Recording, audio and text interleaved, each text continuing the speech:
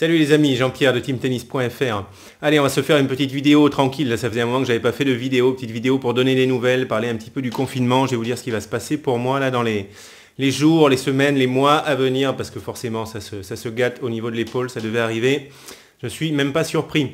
Bon, là, on est en plein confinement. Déjà, j'espère que vous restez en forme, que vous gardez le moral. Parce que c'est toujours forcément pénible, ces périodes de confinement. On peut pas faire ce qu'on veut, on peut pas jouer au tennis. Voilà, j'espère que vous gardez le moral, j'espère que vous continuez à faire de la prépa physique pour rester en forme. Ça, c'est vraiment un conseil que je vous donne, c'est de continuer à faire du sport régulièrement, je dirais tous les jours un petit peu, pour rester en forme physiquement, pour pas reprendre en se sentant lourd, comme ça, la reprise va être difficile si on n'a pas continué à s'entraîner physiquement. Donc, je vous conseille vraiment de faire un petit peu de sport tous les jours, une demi-heure, une heure, ce serait pas mal.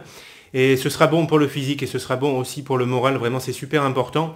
Moi je fais du sport quasiment tous les jours, c'est exceptionnel quand je fais pas un petit peu de sport chaque jour. Je fais beaucoup de vélo d'appartement, j'ai un vélo d'appartement, c'est top, j'ai quasiment remplacé la course à pied par le vélo d'appartement. Avant je faisais beaucoup de course à pied, sauf que maintenant je me fracasse le genou, le dos, etc. Donc la course à pied en période normale, j'en fais maxi une fois par semaine, une fois tous les 10 jours comme ça, parce que quand même j'aime bien, je vais courir en forêt, j'adore ça. Mais je calme la dose parce que sinon je vais me fracasser. Et donc j'ai remplacé ça, moi j'ai un vélo d'appartement, donc j'en fais quand même malade, voilà. Enfin quand même malade, j'en fais régulièrement, je ne fais pas des grosses séances de furieux, j'en fais 30-40 minutes, quasiment tous les jours, en alternant, en variant un petit peu l'intensité. Quand j'ai fait une séance bien intense, le lendemain j'y vais cool. Mais tous les jours, il y en a un petit peu, ça fait une activité cardio, sans se fracasser les articulations, et vraiment ça c'est un truc qui est top. Je vous conseille vraiment le vélo, c'est très bien.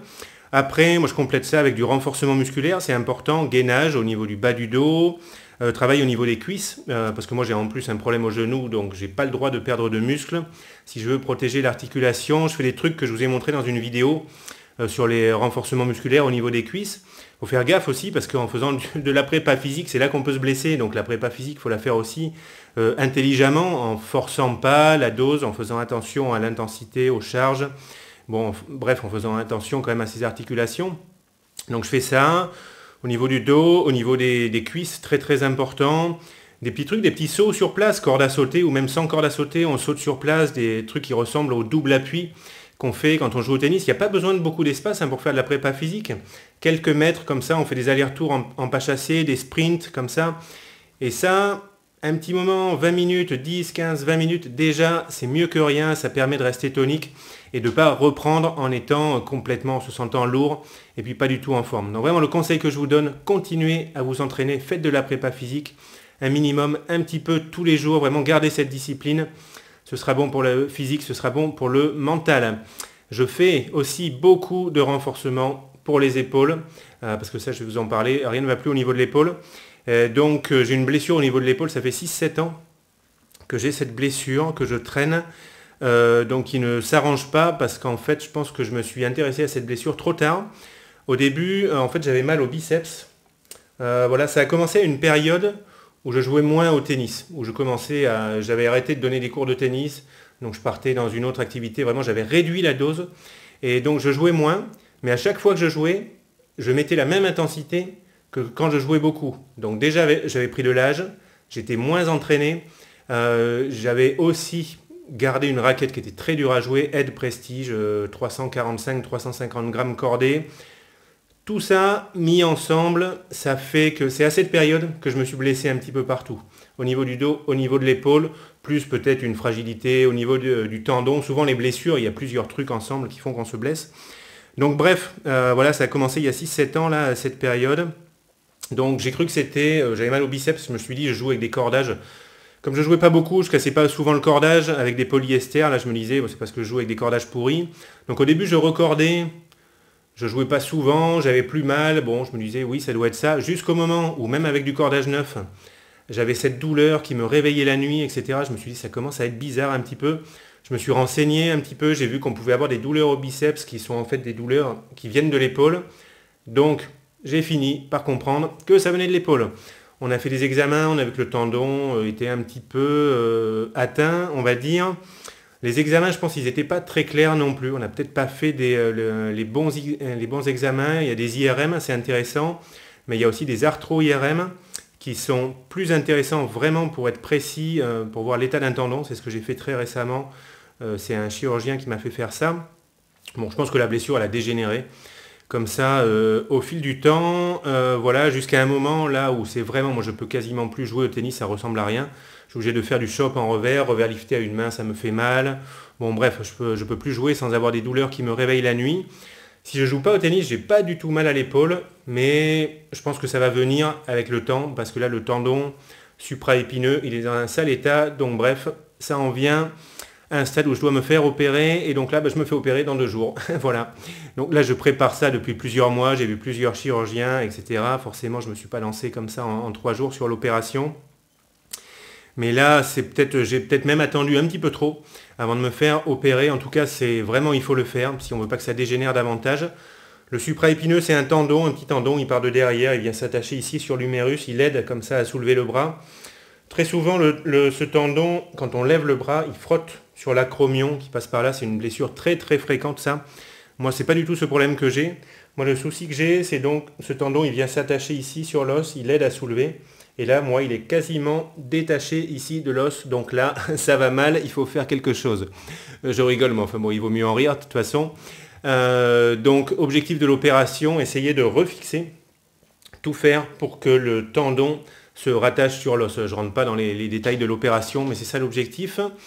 Donc je me fais opérer lundi 16 novembre, 7h, rendez-vous à la clinique, bam, et on s'occupe de l'épaule. Anesthésie locale, c'est pas une méga opération, ça dure 45 minutes, bon ça reste une opération, donc voilà, c'est pas une opération à cœur ouvert, c'est pas une opération du cerveau, mais ça reste une opération, il y a toujours des risques. Donc bon, j'espère que ça va bien se passer, on rentre le matin, on sort le soir. L'opération en elle-même, ce que m'a expliqué le chirurgien, c'est pas ça le pire.